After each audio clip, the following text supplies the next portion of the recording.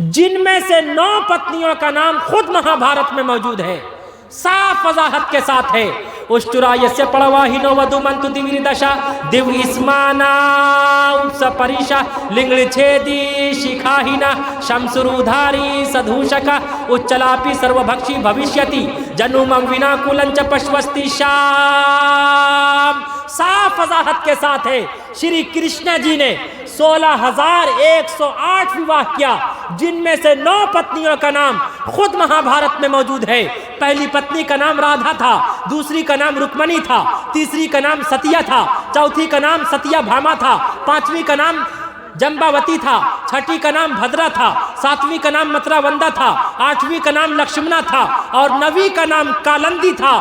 9 पत्नियों का नाम खुद महाभारत में मौजूद है। बताओ, अगर आप अलैहिस्सलातु वस्सलाम की 12 पत्नियों की वजह से आप अलैहिस्सलातु वस्सलाम को नऊज़ बिल्लाह रंगीला और अय्याश कहते, तो श्री कृष्ण जी की 16,108 पत्नियां थी, तुम श्री कृष्ण जी को क्या कहोगे? याद रखो, इसका जवाब, इसका उत्तर भी उनके पास नहीं है, इसका उत्तर मेरे पास है। महापुरुष को दीवाना मत कहो, दीवाना मत कहो, दीवाना बहुत सोच के दीवाना बना है, दीवाना बहुत सोच के दीवाना बना है। तो बताओ, बहुत गौर से सुनिएगा।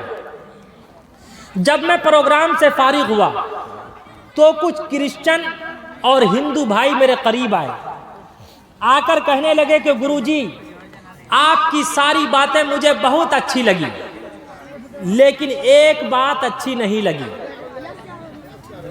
अरे यार छोड़ दो चाय वाय, यार हटाओ ये चाय वाय, ना मैं पीऊँ ना आप पिए।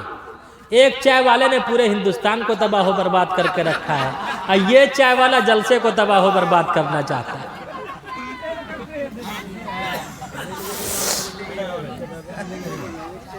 तो बहुत गौर से सुनने की जरूरत है।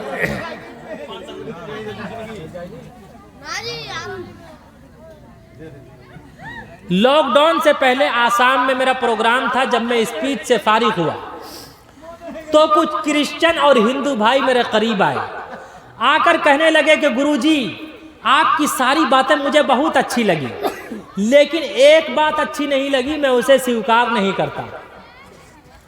मैंने कहा, है भला मनुष्य, आप बताइए वो कौन सी बात है? कहा, आपने कहा सिर्फ अंतिम महापुरुष प्रोफेट मोहम्मद की सीरत सारी इंसानियत के लिए, सारे संसार के लिए आइडियल और नमूना है। मैं इसे नहीं मानता। क्या ईसा अलैहिस्सलाम की सीरत सारी इंसानियत के लिए आइडियल और नमूना नहीं है?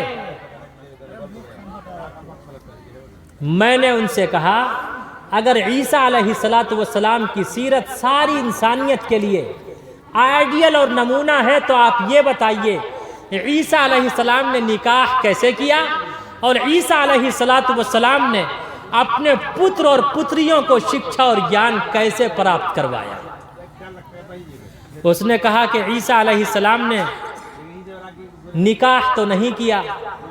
मैंने कहा, जब ईसा अलैहिस्सलाम ने निकाह नहीं किया, तो आप ये बताइए, आप निकाह किसके तर्ज पर करेंगे? आप निकाह करने में किसके आइडियल को अपनाएंगे? उसने फौरन मुझे गुस्से और जलाल में आकर कहा, आप उस मोहम्मद की बात करते जिसने सिर्फ शादियां ही तो की है, उसके सिवा और क्या किया है? नऊज़ बिल्लाह। आप अंदाजा लगाइए, अगर कोई हमारे हिंदू भाई से कहे श्री कृष्ण ने सिर्फ विवाहित तो किया है, उसके सिवा और क्या किया है, उसे कितना गुस्सा आएगा? अरे आएगा या नहीं?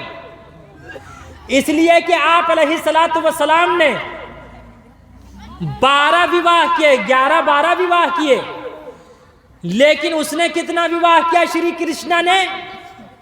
श्री कृष्ण जी ने 16,108 विवाह किया, जिनमें से 9 पत्नियों का नाम खुद महाभारत में मौजूद है। साफ वजाहत के साथ है।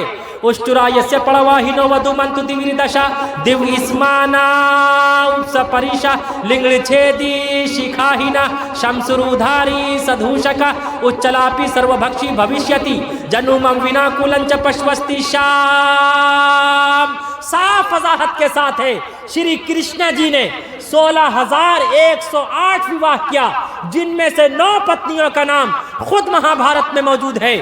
पहली पत्नी का नाम राधा था, दूसरी का नाम रुक्मणी था, तीसरी का नाम सतिया था, चौथी का नाम सत्यभामा था, पांचवी का नाम जंबावती था, छठी का नाम भद्रा था, सातवीं का नाम मथुरावंदा था, आठवीं का नाम लक्ष्मणा था और 9वीं का नाम कालंदी था। 9 पत्नियों का नाम खुद महाभारत में मौजूद है। बताओ, अगर आप अलैहिस्सलातु वस्सलाम की 12 पत्नियों की वजह से आप अलैहिस्सलातु वस्सलाम को नऊज़ बिल्लाह रंगीला और अय्याश कहते, तो श्री कृष्ण जी की 16,108 पत्नियां थी। तुम श्री कृष्ण जी को क्या कहोगे?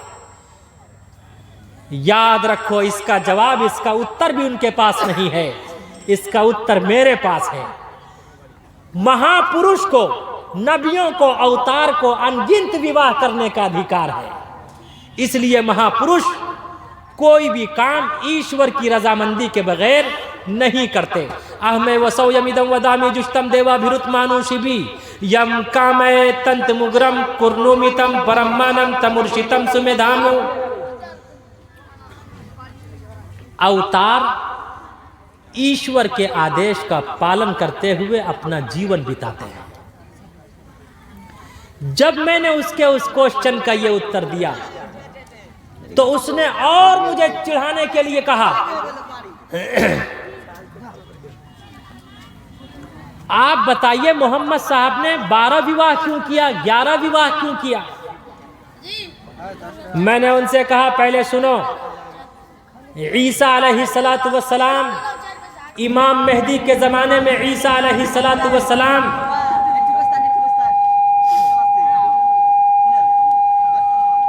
अरे भाई, ये सामने से जाने आने का ये बंदोबस्त ख़त्म कीजिए, ये अच्छा नहीं है, इससे डिस्टर्ब होता है। तो मैंने उनसे कहा कि ईसा अलैहिस्सलातु वस्सलाम, इमाम मेहदी के ज़माने में ईसा अलैहिस्सलातु वस्सलाम का अवतरित होगा, ईसा अलैहिस्सलाम का नुज़ूल होगा। उस वक्त ईसा अलैहिस्सलातु वस्सलाम के ईसा अलैहिस्सलातु वस्सलाम इमाम मेहदी के ज़माने में ईसा अलैहिस्सलातु वस्सलाम बैतुल मक़दिस की मीनार पर ईसा अलैहिस्सलातु वस्सलाम का नुज़ूल होगा। ईसा अलैहिस्सलातु वस्सलाम अपनी तलवार से दज्जाल को कत्ल करेंगे और ईसा अलैहिस्सलातु वस्सलाम का उस वक्त 2 निकाह होगा। कितने होंगे? और ईसा अलैहिस्सलाम का निकाह पढ़ाने वाला काजी उम्मत मुहम्मदिया का काजी होगा। ईसा अलैहिस्सलाम के निकाह के गवाह उम्मत मुहम्मदिया के अफराद होंगे। ईसा अलैहिस्सलाम का निकाह जिस खातून से होगा वो आप अलैहिस्सलातु वस्सलाम पर ईमान लाने वाली होगी। तो खुद ईसा अलैहिस्सलातु वस्सलाम की ज़िंदगी उस वक्त तक कामिल व अकमल नहीं होगी जब तक कि वो आप अलैहिस्सलातु वस्सलाम के आइडियल को ना अपनाएं। तो ईसा अलैहिस्सलातु वस्सलाम का आइडियल सबके लिए नमूना कैसे हो सकता है?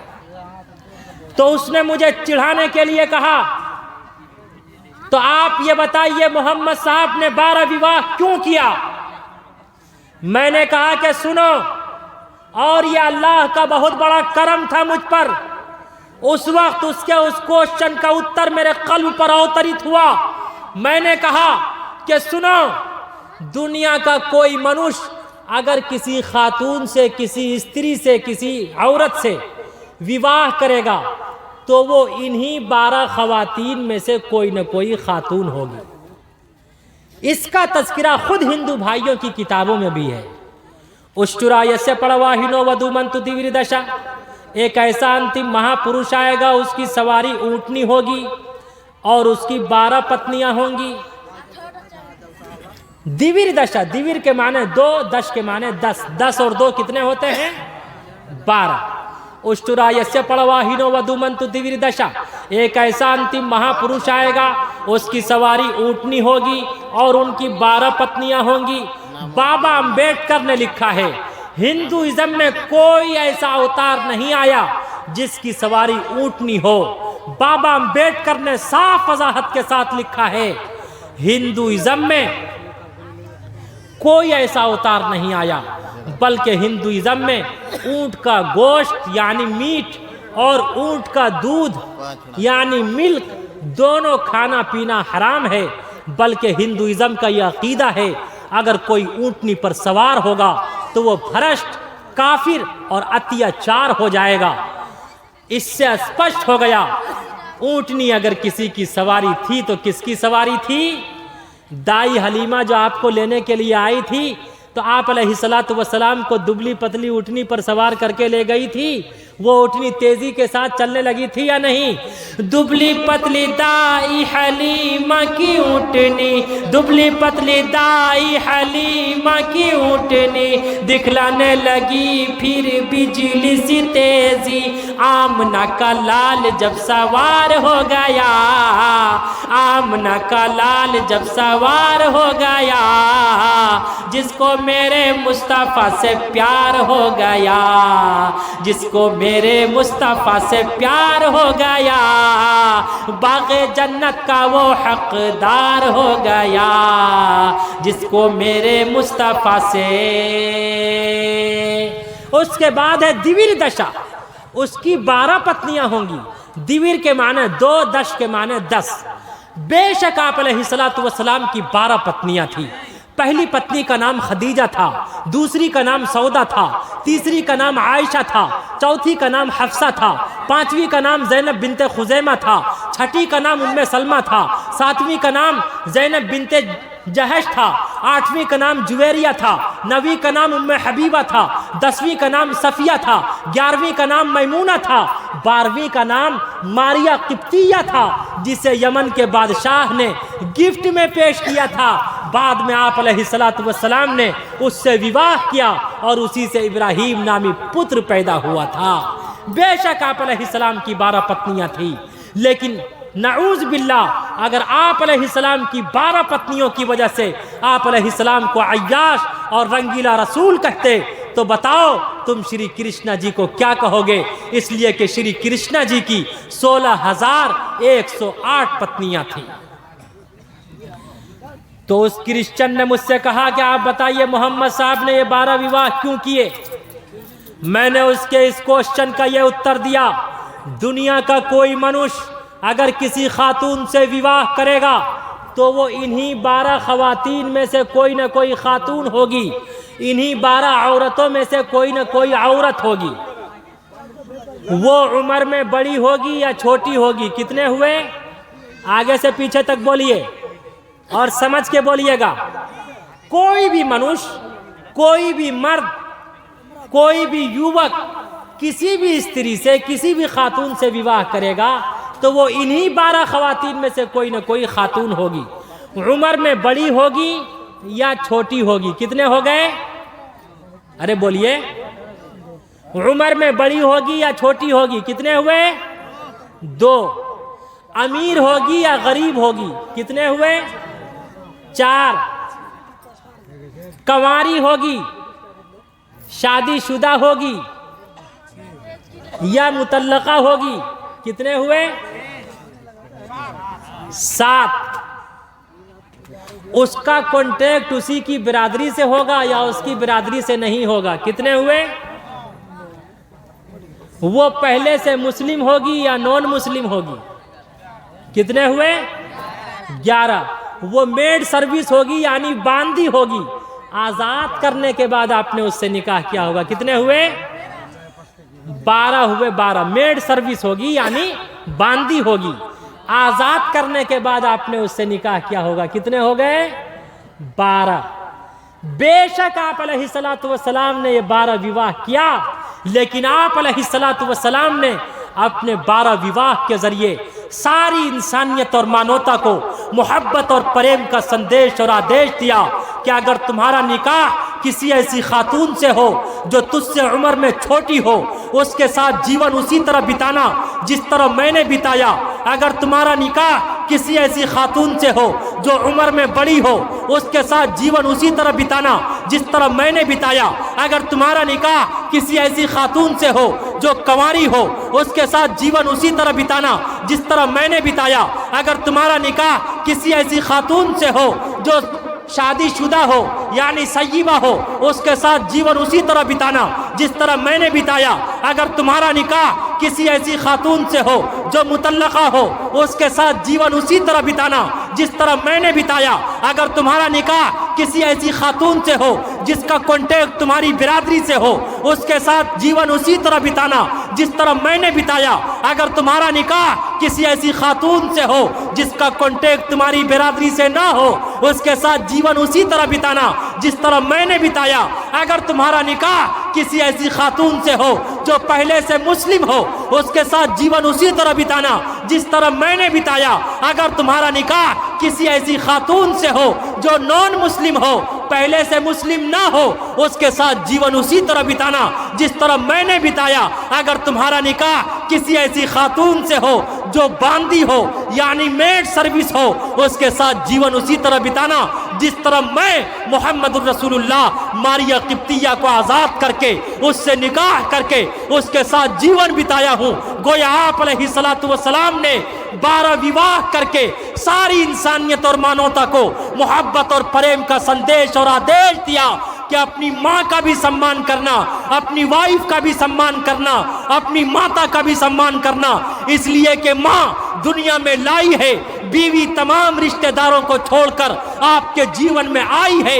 आप अलैहिस्सलातु वस्सलाम का फरमान है, जो अपनी माँ का सम्मान करेगा, खुदा की कसम माँ का सम्मान करेगा तो माँ के कदमों के नीचे जन्नत है। जो अपनी बीवी का सम्मान करेगा और सम्मान के साथ उसका जीवन बिताएगा तो कल क़यामत के दिन उसके लिए जन्नत के 8 दरवाजे खोल दिए जाएंगे। ऐ मुसलमानों, आज ये वादा करो कि इंशाअल्लाह हम सब अपनी माँ का भी सम्मान करेंगे और अपनी बीवी का भी सम्मान करेंगे। कौन कौन करेंगे? हाथ उठाकर बताइए। है, लेकिन आज हाल ये है, अपना बच्चा रोए तो दिल में दर्द होता, दूसरे का रोए तो सर में दर्द होता। अपनी वाइफ रोए तो सर में दर्द होता, दूसरे की रोए तो दिल में दर्द होता। हाँ, ईश्वर और परमात्मा ऐसे दर्द से दर्द और एहसास ना हो तो वो अच्छा है। और आजकल तो बहुत से ऐसे हैं भाई, आई लव यू खूब कहते हैं। आई लव यू कहना सवाब है या अजाब? आई लव यू कहना कैसा है? अरे बोलो आगे से पीछे तक। मैं क्लियर कर दूं? अच्छा, मैं क्लियर कर देता हूं।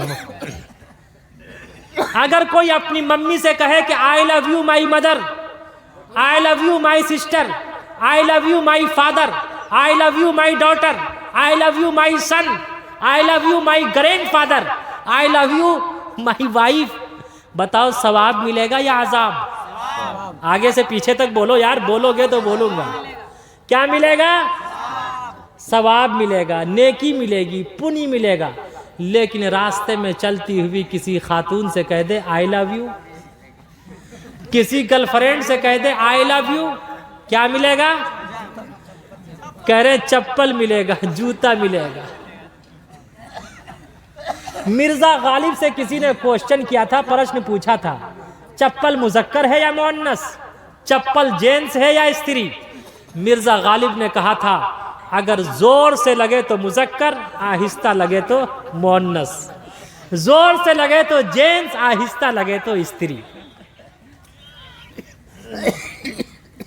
ऐ मुसलमानों, आज हमारे जितने बाप की उम्र के हैं, चचा की उम्र के हैं, जिम्मेदार किस्म के हैं, मैं उनसे कहना चाहता, आज की ये जो नई नस्ल है, बच्चे और बच्चियों की जिंदगी, अब इसे बम और बारूद से मारने की ज़रूरत नहीं।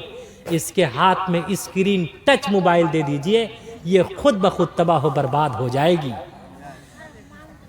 और मोबाइल से ये औलाद बच भी नहीं सकती।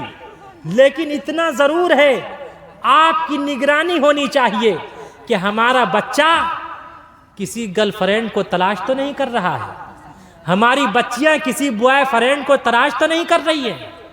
आज ये निगाह रखने की जरूरत है, वो किसी ऐसे से बात तो नहीं कर रही है, इसलिए कि अभी का ही वाकया है, खूब चल रहा है सोशल मीडिया पर। श्रद्धा का वाकया चल रहा है कि उसके प्रेमी आफताब ने अपनी गर्लफ्रेंड से मोहब्बत और प्रेम के साथ उसके साथ जीवन बिताने का वादा तो किया, लेकिन वो वादा न निभाया, बल्कि उसके जिस्म के 35 टुकड़े कर दिए गए।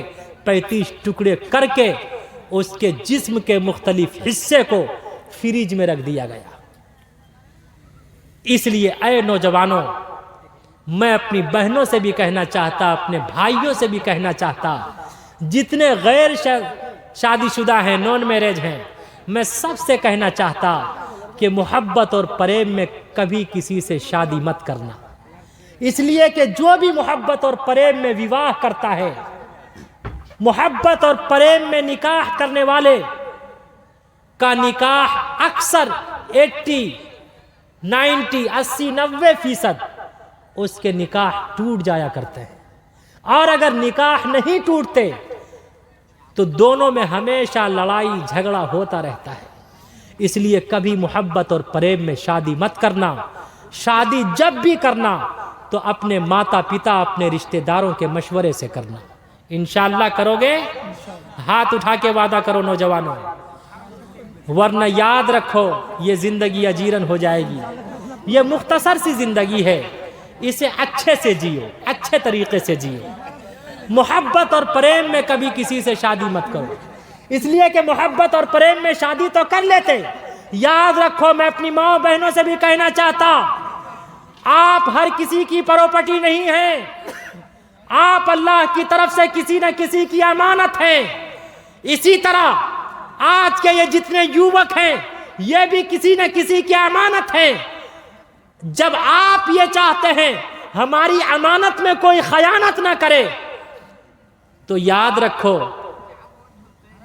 जब आप ये चाहते हैं तो दूसरा भी ना यही चाहता होगा। इसलिए मैं अपनी बहनों से कहता कि अपनी इज्जत को, अपनी इस्मत को दागदार मत करो। और नौजवानों, ऐसा करते हैं और करने के बाद जब शादी होती है तो शादी के बाद वो ये सोचता, नौजवान सोचता कि मेरी वाइफ सिर्फ मुझसे बात करती है, लेकिन शादी के बाद भी वो किसी और से बात करती है। और ये जितने अपने आप को मजनू कहते हैं, ये भी इसके बारे में भी उसकी वाइफ सोचती है ये सिर्फ मुझ पर फिदा है, मेरा दीवाना है, लेकिन पता चला ये किसी और का भी दीवाना है। दीवाने को तहकीर से दीवाना मत कहो, दीवाना मत कहो, दीवाना मत कहो, दीवाना मत कहो। दीवाना बहुत सोच के दीवाना बना है, दीवाना बहुत सोच के दीवाना बना है। तो बताओ, आज ही वादा करो, कौन कौन मोहब्बत और प्रेम में शादी करेगा? हाथ उठाकर वादा करें। बूढ़े भूले से भी हाथ मत उठाइएगा, इसलिए कि उसकी तो शादी होने वाली है ही नहीं। और मैं अपने तमाम शादीशुदा दोस्तों से कहना चाहता, भाइयों से कहना चाहता, अपनी वाइफ का सम्मान कीजिए। आज जिसने अपनी वाइफ का सम्मान नहीं किया, जिसने अपनी वाइफ का सम्मान नहीं किया, वो दूसरे की वाइफ के सम्मान का तज़किरा कर रहे हैं। उसे दूसरे की वाइफ की फिक्र है, अपनी वाइफ की कोई फिक्र नहीं है। एक वाइफ ने अपने हस्बैंड से कहा, माई हस्बैंड, मेरे शौहर, मेरे गौहर, मेरे पति, अगर मैं मर जाऊं तो आप क्या करेंगे? बीवी ने बड़े प्रेम से कहा, बड़ी अकीदत और मोहब्बत से कहा, अगर मैं मर जाऊं तो आप क्या करेंगे? उसने कहा, मैं पागल हो जाऊंगा। क्या कहा? क्या कहा? उसने कहा, मैं पागल हो जाऊंगा। कहा, दूसरी शादी तो नहीं करोगे? कहा अरे पागल तो कुछ भी कर सकता है। इसलिए ऐ नौजवानों याद रखो, अपनी वाइफ का सम्मान करना। करेंगे इंशाल्लाह। बात बात पर आज हम लोग तलाक और जवाब की बात करते हैं। मर्द का दिल कब टूटता है और औरत का दिल कब टूटता है? जब बीवी शौहर से खुला का मुतालबा करती है, जवाब का मुतालबा करती है, तलाक का मुतालबा करती है, शौहर का दिल टूट जाता है। और जब शौहर हस्बैंड अपनी वाइफ को तलाक की धमकी देता है, जवाब की धमकी देता है, खुदा की कसम उसका भी दिल टूट जाता है। और आजकल नशे में एक तो तलाक हराम और गुस्सा हराम। बहुत से लोग कहते हैं हजरत मैंने गुस्से में कह दिया था। अबे तो मोहब्बत में कौन तलाक देता है? अब बहुत से लोग नशे में तलाक देते हैं। नशा भी हराम। आप अलैहिस्सलातु वस्सलाम ने फरमाया अब गज़ल हलाल इंदल्लाहि अत्तलाक। Prophet Muhammad said divorce is the most displeasing thing to Allah above all the lawful things. आप अलैहिस्सलातु वस्सलाम ने फरमाया तमाम हलाल चीज़ों में सबसे बदतरीन चीज़ अगर अल्लाह के नज़दीक कोई है तो वो तलाक है, तलाक है, तलाक है, तलाक, जिसकी वजह से अल्लाह का अर्श भी कांप जाता। ऐ नौजवानों, आज ये तहैया करो कि हम गुस्से और जज्बे में अपनी वाइफ को तलाक नहीं देंगे। और हमारी माएँ बहनें भी ये वादा करें कि हमारी माएँ बहनें बहुत सी अपने बहनों ही पर फरेफ्ता हो जाती या किसी से लव कर लेती और अपने शौहर से जवाब और तलाक का मुतालबा करती। आप अलैहिस्सलातु वस्सलाम ने फरमाया ऐसी औरत को जन्नत तो दूर की बात कभी उसे जन्नत की खुशबू भी ना मिलेगी। और गुस्सा बड़ा चालाक है। गुस्सा आना मर्द होने की अलामत है। गुस्सा आना मर्द होने की अलामत है। गुस्से को पी जाना शौहर होने की अलामत है। गुस्सा ना आना नामर्दी की अलामत है। अब फालतू में गुस्सा आना कमजोरी की अलामत है। उसे चाहिए कि वो डॉक्टर से इलाज कराए और गुस्से के वक्त अपने गुस्से पर कंट्रोल कर लेना और बीवी का सब्र व ज़ब्त का दामन थाम लेना, गुस्से को बर्दाश्त कर लेना, ये पाकीज़ा उल्फत व मोहब्बत की अलामत है। कहाँ जा रहे हैं कारी साहब? अरे बैठिए, अब बस अब बात ख़त्म होने वाली है भाई, बात ख़त्म कर दें। अच्छा अच्छा, अल्लाह अल्लाह अल्लाह, माशाअल्लाह। बहुत आदमी माँ बहनें भी हैं। इसलिए हमेशा अपने गुस्से पर कंट्रोल कीजिए। गुस्से पर कंट्रोल करने वाला इंसान हकीकतन दुनिया को फतह कर लिया करता है। और अपने भाइयों से कहूँगा हमेशा गुस्से के वक्त जब बीवी पर गुस्सा आए तो आप डंडा न चलाइए, आप बर्दाश्त कीजिए। और अपनी माँ बहनों से कहूँगा कि गुस्से के वक्त अपनी ज़बान पर कंट्रोल कीजिए, इसलिए कि गुस्से के वक्त मर्द का हाथ जल्दी उठता है, औरत की ज़बान बहुत जल्दी चलती है। मर्द को चाहिए वो अपने हाथ पर कंट्रोल करे, औरत को चाहिए वो अपनी ज़बान पर कंट्रोल करे। करेंगे इंशाअल्लाह कंट्रोल, इंशाअल्लाह। किरदार बद पे खुद ही वो गुस्से में आएगी, शौहर दिखाए डंडा वो झाड़ू दिखाएगी, शौहर दिखाए डंडा वो झाड़ू दिखाएगी।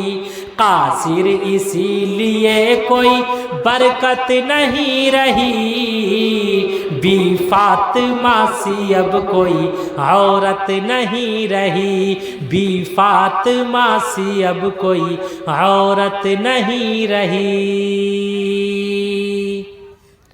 जब मैंने उनके इस क्वेश्चन का उत्तर दिया, उस ईसाई के क्वेश्चन का ये उत्तर दिया कि आप अलैहिस्सलाम ने 12 विवाह इसलिए किया।